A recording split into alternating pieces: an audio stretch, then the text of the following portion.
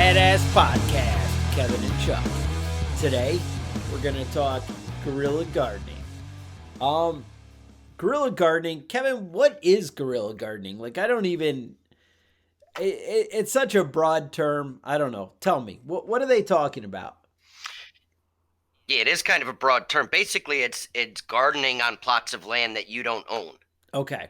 Now, planting stuff on other people's property without their knowledge or consent. All right. Now, I think I do want to bring this in a little bit for our definition into the kind of, we're going to talk a little bit about like that secret garden of survival kind of Rick Austin kind of stuff.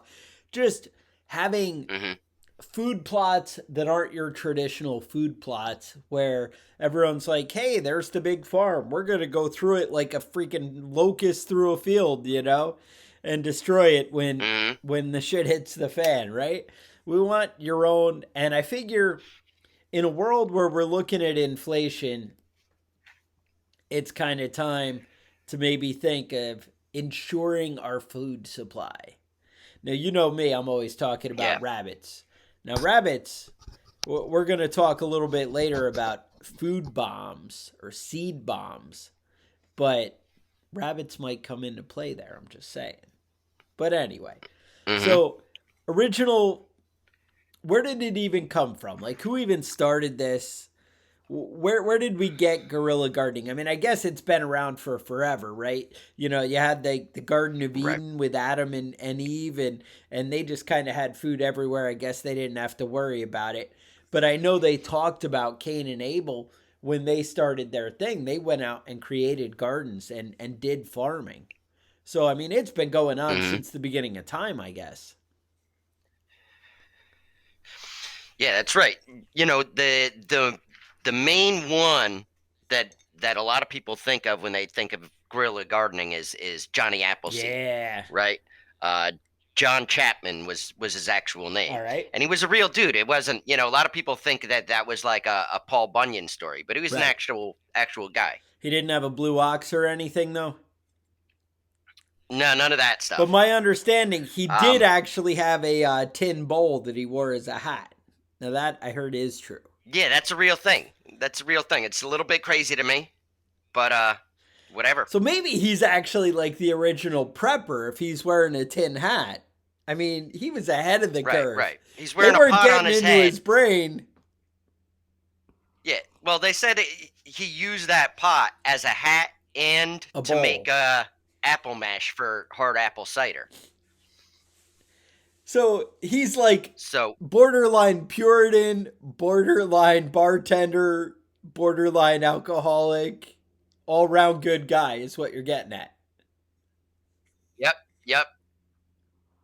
Good dude. So back in the early 1700s or late 1700s, early 1800s, he basically he had worked on a farm and had collected a bunch of seeds. Well, apple wait, seeds. I can give you a little more background here. There was the Ohio Company had decided they wanted Ohio.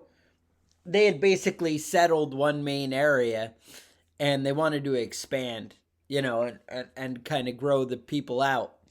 And they said, "Look, we'll give 100 acres to anybody who can establish that they're going to live on this 100 acres.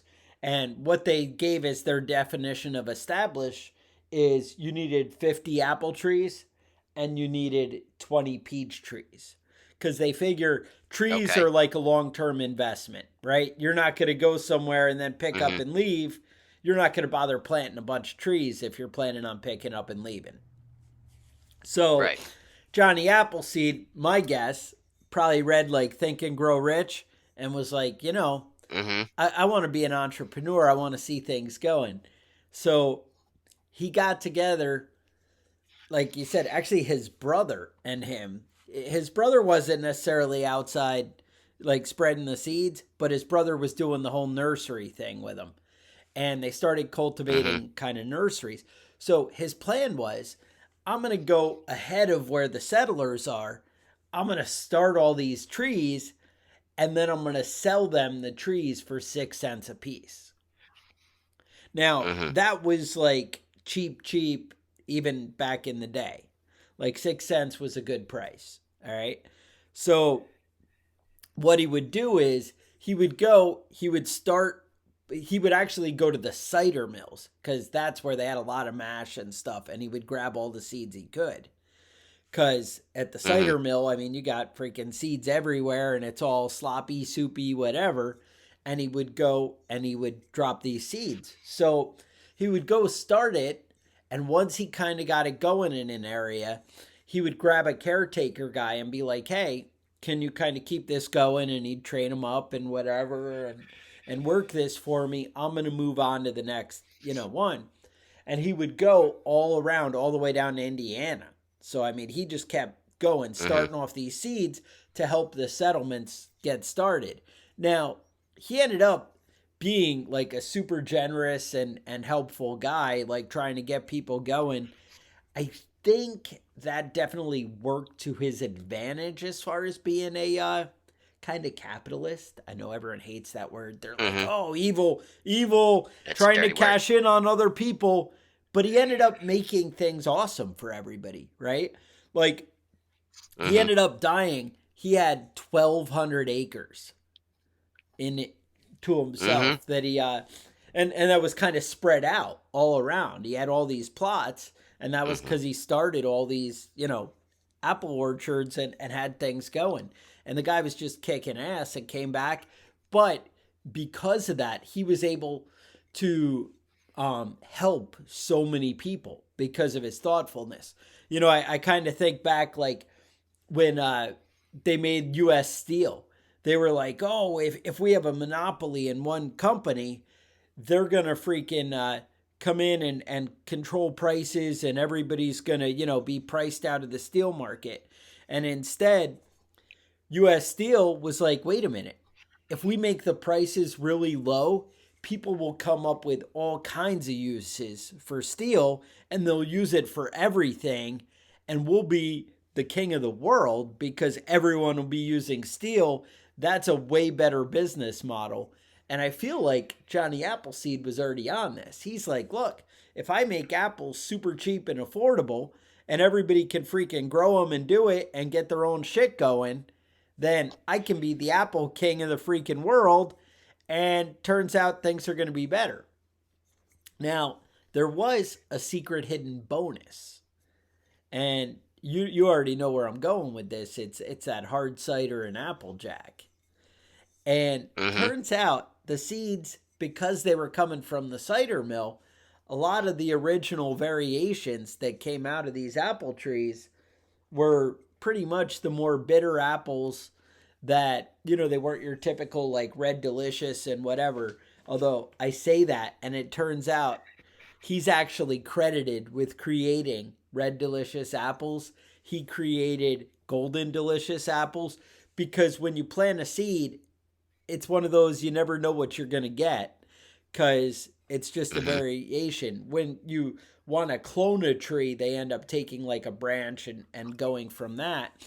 Whereas if you actually start right from seed, then you kind of get what you get. But he actually made where, they were great for everybody getting liquored up. Now, you have more on that, or did I already kind of oversell that? No, that's it. But I read a lot of descriptions of him, Okay. and they always said that he had like ratty clothes and wore a pot on his head and didn't wear shoes. Like he was like a guy that really lived off the land, Yes. you know. And a lot of people think of him as some sort of hillbilly, and he kind of was. Yeah. That was kind of his jam, I was think going out and eccentric comes to living mind. off the land and creating. Right, right. Now, funny thing though, he almost died uh, when he was pretty early off. What what had happened was he was up in a tree picking something out of it, and he fell, and his head got caught in the crook of a tree. like Oh, he was that just can't be dangling good. by his head in between two branches, That can't be good. and he couldn't get out. So his assistant, who is an 8-year-old boy, Nice. came along and found him there, and he had to wait until this 8-year-old chopped the tree down so he could get out. That is pretty awesome. Um, and So, once, I mean, remember, start teaching your kids how to handle an axe early on. It might save your life. right now, I have to point out that once again, you've probably never heard me say this, but I'm a little bit anti-government. I kind of wish Mm-hmm. they would mind their own Mm. damn business. It turns out they didn't like his apple trees because everybody was making, hard cider with it and spreading it around. And so the government actually sent people out to rip out all the trees that he planted because they were just tired Yeah. of it. Because, that's There's what good actually government does. That's how you help the that the people. government does. Yep. Mm-hmm. You got to look out for people, So right? yeah. So apparently, there's only one apple tree left that they know he planted, and Yes. it's 150 years old, and they said it looks terrible. It's all gnarled and fucked up looking, but it's still alive. But that's the Dang. only one. It's in Indiana somewhere. Yeah, It's I actually did hear. in Indiana on the property of a bar. So, there you go. Keeping There the you tradition go. alive. Now they did say that I think they keep propagating from that tree to have the one of the ones, but yeah, no, he gets credit with a lot of the apple seeds. So anyway, just a thought. He's one of the original badasses. I actually, in my research, kind of looked like New York City. There were some anarchists. And, Kevin can definitely connect with some anarchists. I know you're not exactly anarchy boy, but anytime we can stick it to the man, I think Kevin's in. Um, Yeah, I'm kind of pro sticking it to the man. That is kind of my favorite all thing. right. So And in 1973, a group called the Green Guerillas, they were going to mhm, stick it to the man by going around and planting gardens all over New York City. Because, come on, that would show, the government who's mhm. boss, right? Because that's what people don't get, though, is if you can take care of yourself, nothing sticks it to the man any more than that. Because if you can handle all your own shit, then there's nothing that they can take away from you. You know, Right. that's the beauty of it. When you have your own food, your own money, your own shit, then there's nothing that they can really do.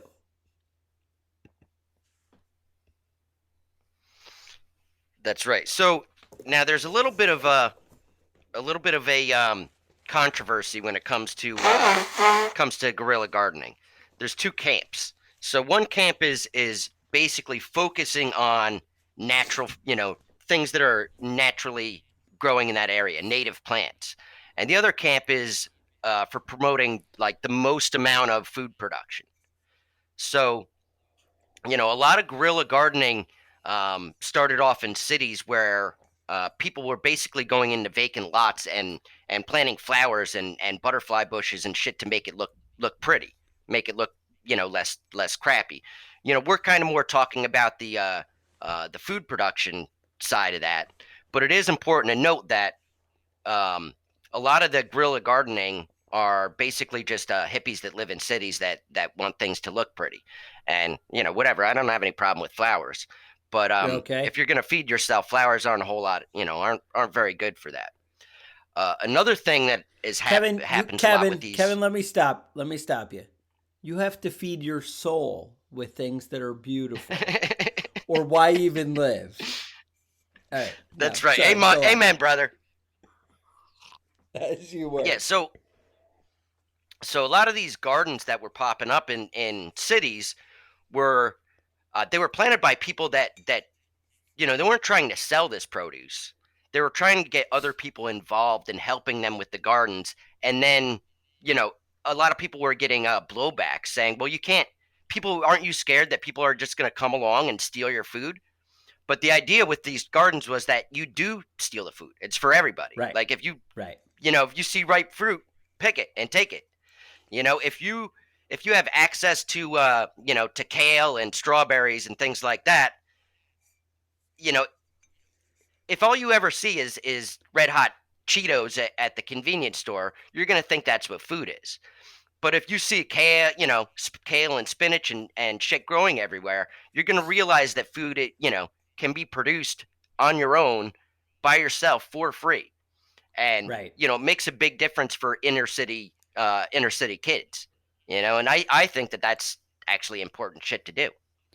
Right. No, I actually watched a TED talk on a guy in South Central LA, or South Central, and I guess he said they've changed the name. It's not South Central anymore. Now it's like Southern LA or something. And he's like, here are the Right. pictures where it was a shithole when it was South Central. And here are the same pictures as it is a shithole now that it's, South LA or whatever. So, yeah. But, you change the Exactly. name, you make things better. But anyway, he was like, look, doing exactly that. And once again, my favorite theme, the government stepped in. What the fuck are you doing? You can't plant, because I guess he talked about how they have a row in front of the houses of land that they're obligated to maintain. So the guy's like, well, if Mm-hmm. I got to maintain it, how cool would it be if I made a garden right here?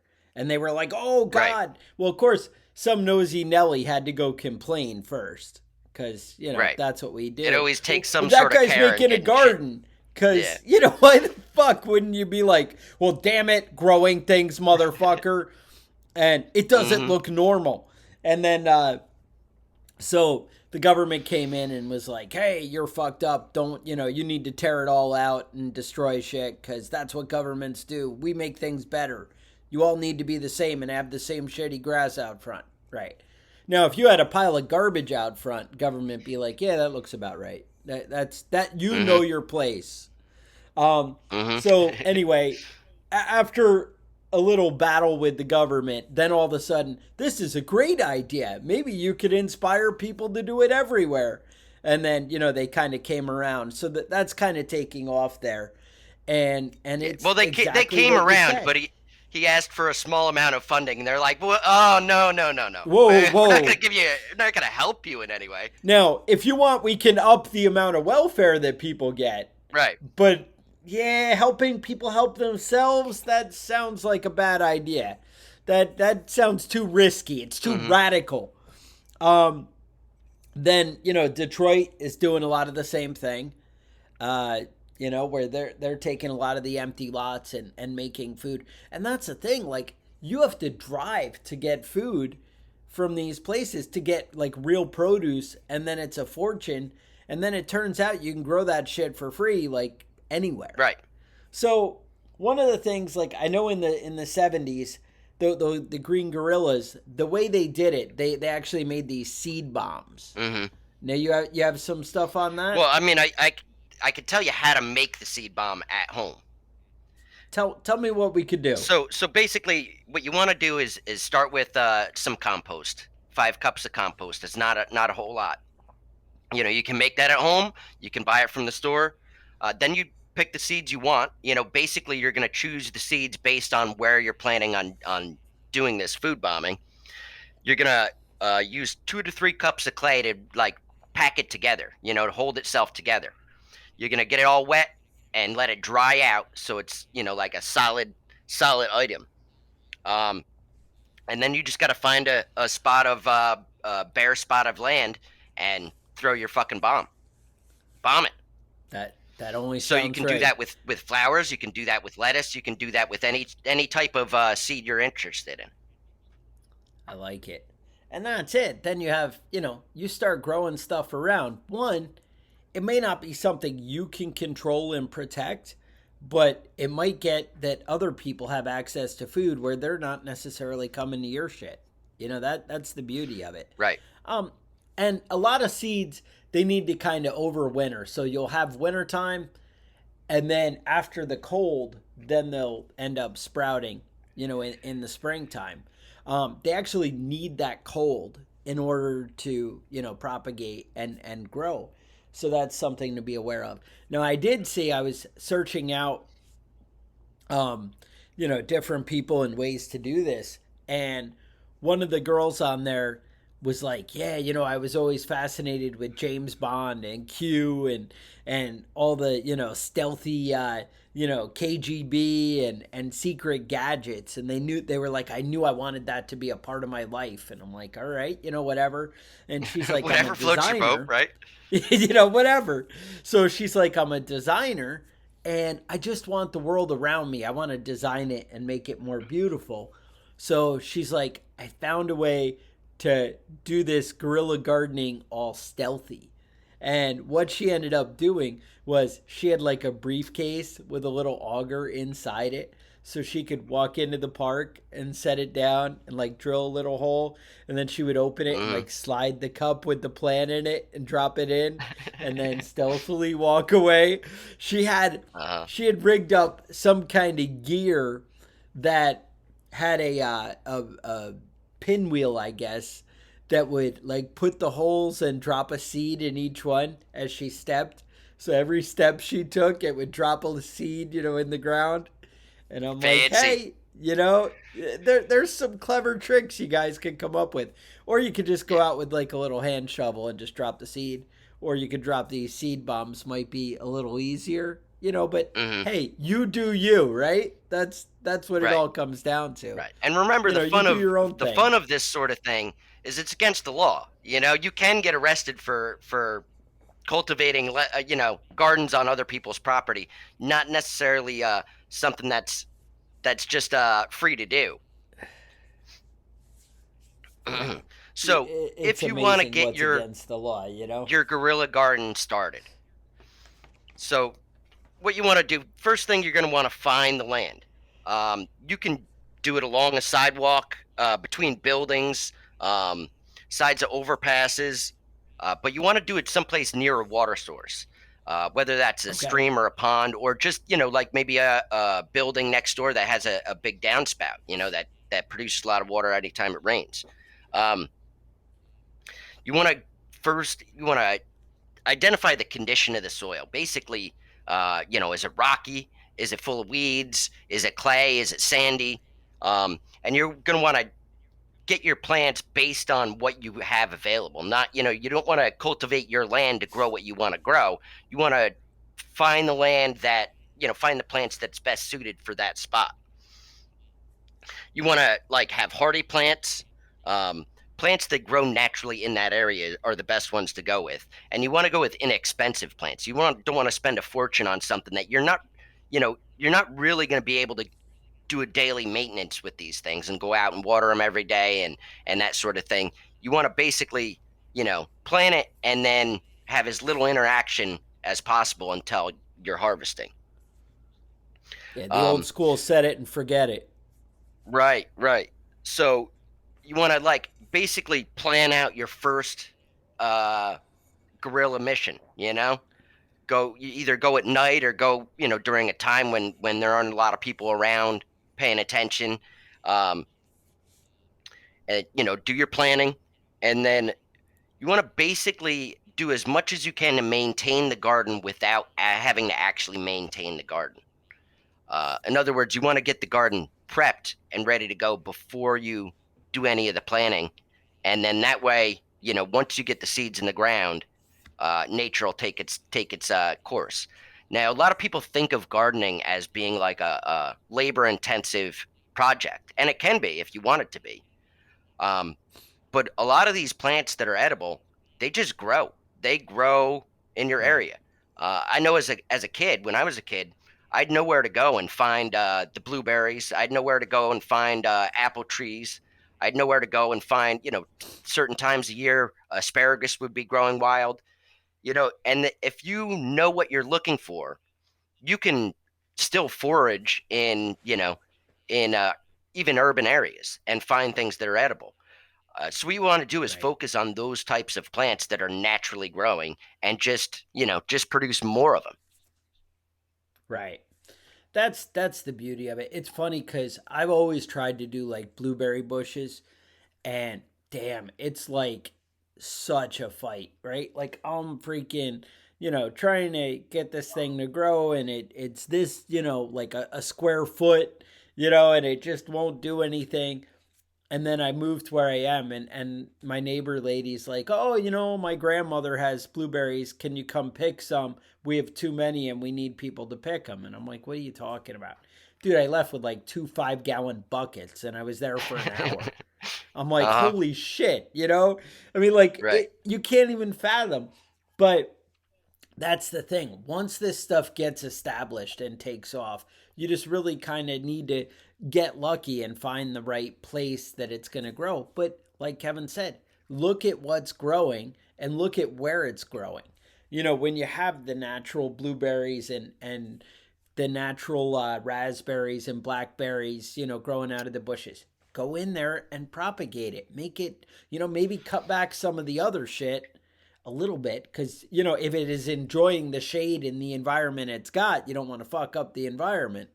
But Hmm. can you maybe grow that area a little bit? Or and that was the thing. I'm like, all right, you got these blueberries that are kicking ass.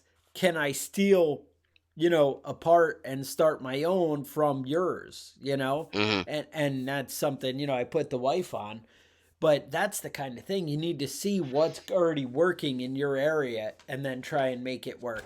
Now, some of the stealthier things you can do are like potatoes, garlic, um, a lot of the buried stuff, oregano, basil. Uh, Yeah. obviously oregano Carrots. and basil aren't Hmm. buried, but the potatoes, garlic, carrots, that kind of thing are, again, growing on top. Tomatoes, artichokes, that kind of thing. People aren't going to notice as much. They're going to notice tomatoes, but Hmm. those kind of things you could create a food source. Um, in that secret garden of survival, he always talked about he'd do a tree, like an apple tree or a fruit tree, plant some kind of vine that grows around it, like grapes, that kind of thing. Then do shrubs around that, then herbs around that, and then do ground cover like buckwheat or something like that on the bottom. And it basically creates an ecosystem that takes care of itself. And that's the Hmm. beauty. And you can get these things. If you're trying to have the stealthy garden in the backyard, I mean, that's really the way to go. You should maybe check out some of the Rick Austin stuff. Um, he really he's a little rough of a guy, I think, but he's really got a lot of the ideas that, can really take your garden to the next level. And, pulling out buckets of food. That's one of the things. Like, I go through my woods and there's just grapes growing in the trees, but the ones that aren't getting eaten by the birds are the ones that are all intertwined with other trees and hidden. If Hmm. you have the big grape branches just hanging out on your big, fancy lattice thing or whatever, it's not the same. You need to encourage things to grow in their natural environment, and you will end up getting better yields and better results. And that's the beauty. It's when we try and do it in our traditional, oh, look, we have an apple orchard and we have grass all around it and whatever. Well, then you have the grass and the apples fighting for the same nutrients. You don't have anything keeping the bugs away from the apple trees. So they just come in and you end up having to use tons of pesticides and all kinds of shit to keep it growing because you don't have other stuff working with it. If you Hmm. have the herbs and the things that are going to keep the flies away or the different predatory bugs, then you can maybe, implement Right on. it. But Now, yeah, go ahead. there are a lot of historically there's a lot of different groups that were doing these types of things. So one of the earlier ones was Gerard Winstanley, 16 mid 1600s. Basically, he started a group called the True Levelers, and what they would do was they would go out to people's properties that were not really being maintained, and would just slash and burn everything, cut all the hedges out, and just plant shit. This was in England, so it's went on for a few years, and they actually got a big following, and then people kind of caught on, rich people kind of caught on, and um, basically came and burned all this shit down. Um, and Smart. you have to realize, a lot of these situations, the town will come through and just bulldoze all your shit. So you don't want to invest too much work in it because, it's not your property. Somebody can just come and tear it all out, and there's nothing you can do about it. In Cleveland, Ohio, there was a hole in the sidewalk, like just a big hole in the sidewalk, and so people started planting like all sorts of vegetables in this hole. That's how big the hole in the sidewalk was, that they were growing vegetables in it. And the town basically came and cut it all down and fixed the sidewalk. So I mean, you have to keep in mind that you know there's no protection on this garden that you're building. So you don't want to invest too much energy into it, um, because there's no recourse if somebody just comes and tears it all down. There was a situation in well, I don't remember where it was. It was along the line of a railroad track that was not used anymore. There was no cars going down these tracks anymore, and so people just started growing gardens on the railroad's property all along this track, and went on fine for a couple of years, and then the railroad company caught wind of it and just came and bulldozed everything down. It's their property, and they can do what they want. So something to just keep in mind that with this sort of gardening style, you don't want to invest too much energy into it. You want to basically, like we were saying earlier, set and forget. Get it growing, Yeah. and then stop working on it. Don't worry about weeds and that sort of thing. You just want to do what you can do to get the biggest harvest with it, with the least amount of energy and least amount of money. And a That's few it. cents, a few cents can get you enough seeds to produce, a couple $100 worth of plants and produce. Right. I mean, that's the beauty of it. And especially if you choose correctly, and that's it. Like, a lot of people get excited about gardening, but they want to do zero effort into figuring it out. And they'll just, oh, you know what? I like bananas. Let me plant a bunch of banana trees, or, I like peaches or whatever. And that may not grow where you live. Um, Hmm. like I to be honest, apple trees don't grow great where I live. But where Kevin lives, apple trees are freaking awesome. Hmm. It's you get what you get in your environment. Figs, right? Kevin can't really grow figs. I can probably get away with it where I am, with a fig tree. Um, Figs, I know people do grow them up in New York. They end up taking their fall leaves and they bunch it up all around the tree. A lot of work to And do it. that way it kind of insulates it and protects it. But yeah, that's a commitment. You got to really, commit and make effort to what you want. But if you do the research, you can get affordable plants that give you a big yield that people actually want to eat. And how cool is that? And sometimes you can grow from seed as opposed to, these starter plants that you get from the store and whatever, but you might have to start things.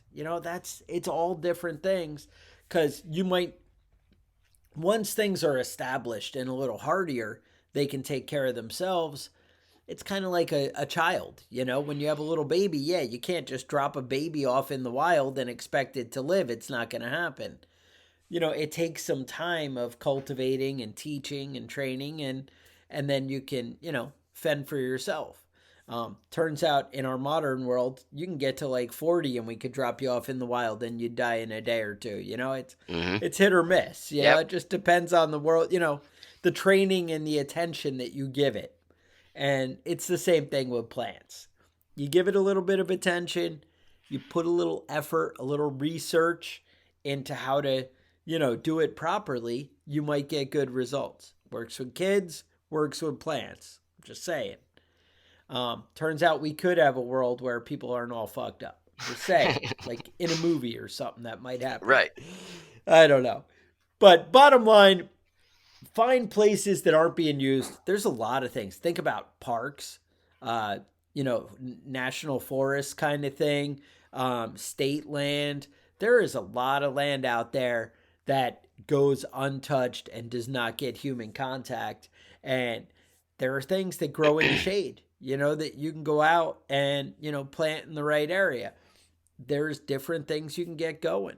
A lot of the berries and stuff, like I said, I have really dense forest in my backyard and it is full of grapes all over the place. And I mean, I keep trying to add to it, you know, and make it bigger and better.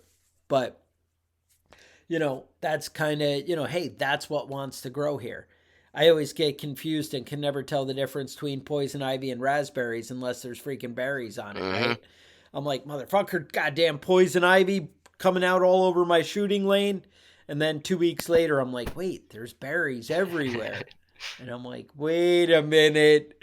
That might not have been poison ivy. But, you know, you never know. And of course, there's always poison ivy like right next to it.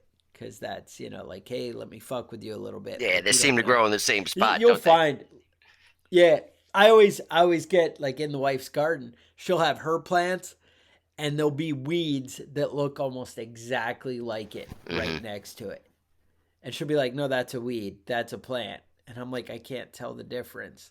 And because the weeds know, hey, you're probably not going to cut me down if Mm-hmm. because that's, you know, the way shit works, right? Right. It's just kind of wacky like that. Now, Kevin, you said you have some concerns that actually make you feel like we might need to be taking care of ourselves. Like we might be at war at any given day. Like all of a sudden, the food supply, the world could all get fucked up. I mean, what's going on? Why am I even caring about producing my own food?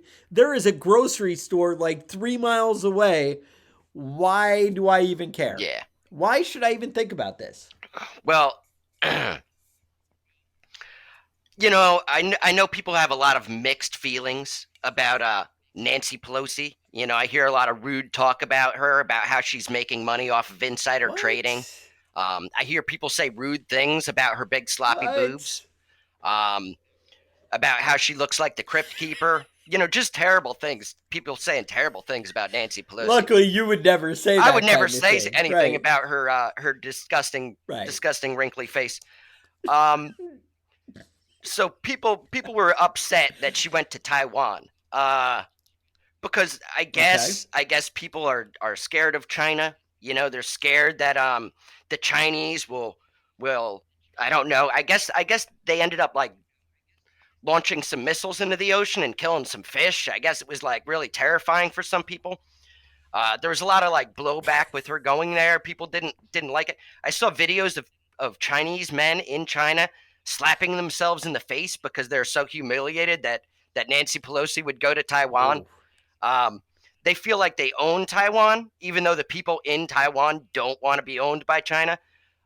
They feel like they saw what happened to Hong Kong and how they just murdered all the protesters and put them all in prison, and uh, so that they could make it a communist paradise. And they're scared that China is going to make Taiwan a communist paradise. And I guess China feels like they can tell us what we can and cannot do, which you know, personally, I'm not scared of China. They're kind of a bullshit second rate power. People want to talk about how they're the next world power, but they're not. They're bullshit. They run a country full of slaves. Slaves don't invent things. Slaves can't come up with their own ideas. All slaves do is work. They don't come up with new ideas or better ways to do things.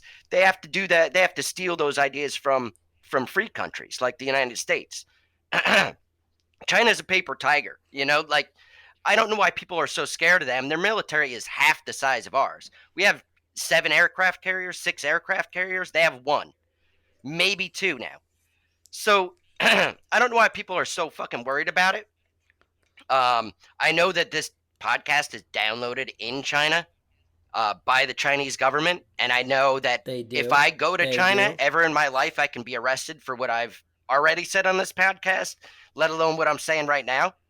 But people were getting really fucking nervous, and I don't, I think that, I think that when your fears are dictating how you behave, you start doing dumb shit, and you start, start letting weak bitches bully you and push you around. I have the same feelings about the Ukraine.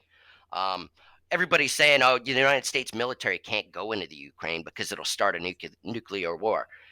Russia will launch nuclear missiles and attack the United States." You know, I mean, that makes sense. That does make sense if you're like some sort of a limp dick loser. But if you've got a if you're a winner and you've got a big hard a cock, scared little you don't bitch. worry about that shit because you know that half of those missiles won't even go off. You know what I mean? They stole all the fucking parts from it. The other half, all that uranium's been sold off to Middle Eastern terrorists. They don't even have that shit. Maybe they'll hit like New York and Washington D.C., but those places are already messed up. You know what I mean? Whatever, dude. You're gonna incinerate a bunch of senators and congressmen? Nobody really cares. Nobody's gonna be upset about that. Nobody cares about that shit.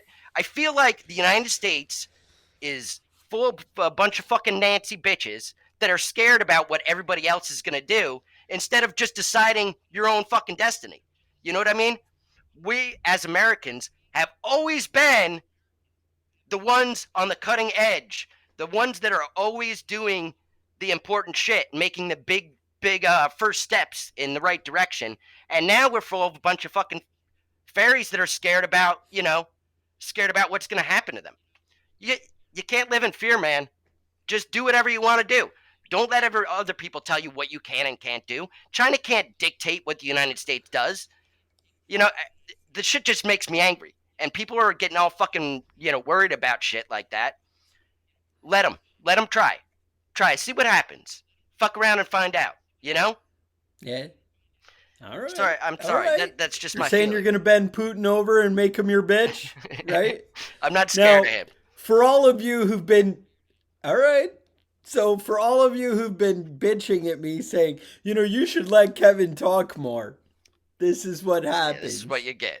I'm just saying, if you want to open that door, that's what's going to walk out. You're like, oh, look at the cute puppy. Let's let him in. He could sleep in the bedroom. And then you get fucking that shit. Yep. So I'm just saying. Yeah, hey. And it's a good thing, though, that we don't have that many listeners, that many people that listen to this podcast, because I feel like I'd be canceled every week, But what are you going to do? Yeah, that may be true. I don't know. We're going to put you on the TikTok, right? I think that whole rant is going to be on TikTok, because I don't know what else I could do. I mean, I feel like my hands are tied. I'm going to have to set you up. I may be able to pull that off. I don't know exactly how TikTok works, but I'm going to make it happen. There are a few videos on there, and they're kind of bullshit, like little, snippets. But I guess that's what TikTok is. But you guys may want to check it out, because we're going to try and spread some of Kevin's intelligent, articulate, political thought. Is that what we're calling into the world? See if we can't help shape America into the country that it was meant to be. Grow a set of balls and slap them across Putin's face. Something along that line. Yeah, just a little teabagging. I'm not talking about anything too aggressive. No. Oh shit. All right. So, you guys, you want check us out on YouTube. You may want to subscribe to the channel. I've been trying to put up a couple of these episodes every couple of weeks. You may want to have questions, concerns, thoughts, show ideas. You can email us at preppingbadass@gmail.com. You know what? It would be awesome if you went to wherever you're downloading this, and if they have reviews, if you reviewed the podcast, that would be appreciated. Help spread it. Otherwise, I would say stay safe, and you got something? No, I did want to say, though, that that would be great if any of you guys had a chance to give us some reviews. It definitely helps out the podcast. We appreciate it.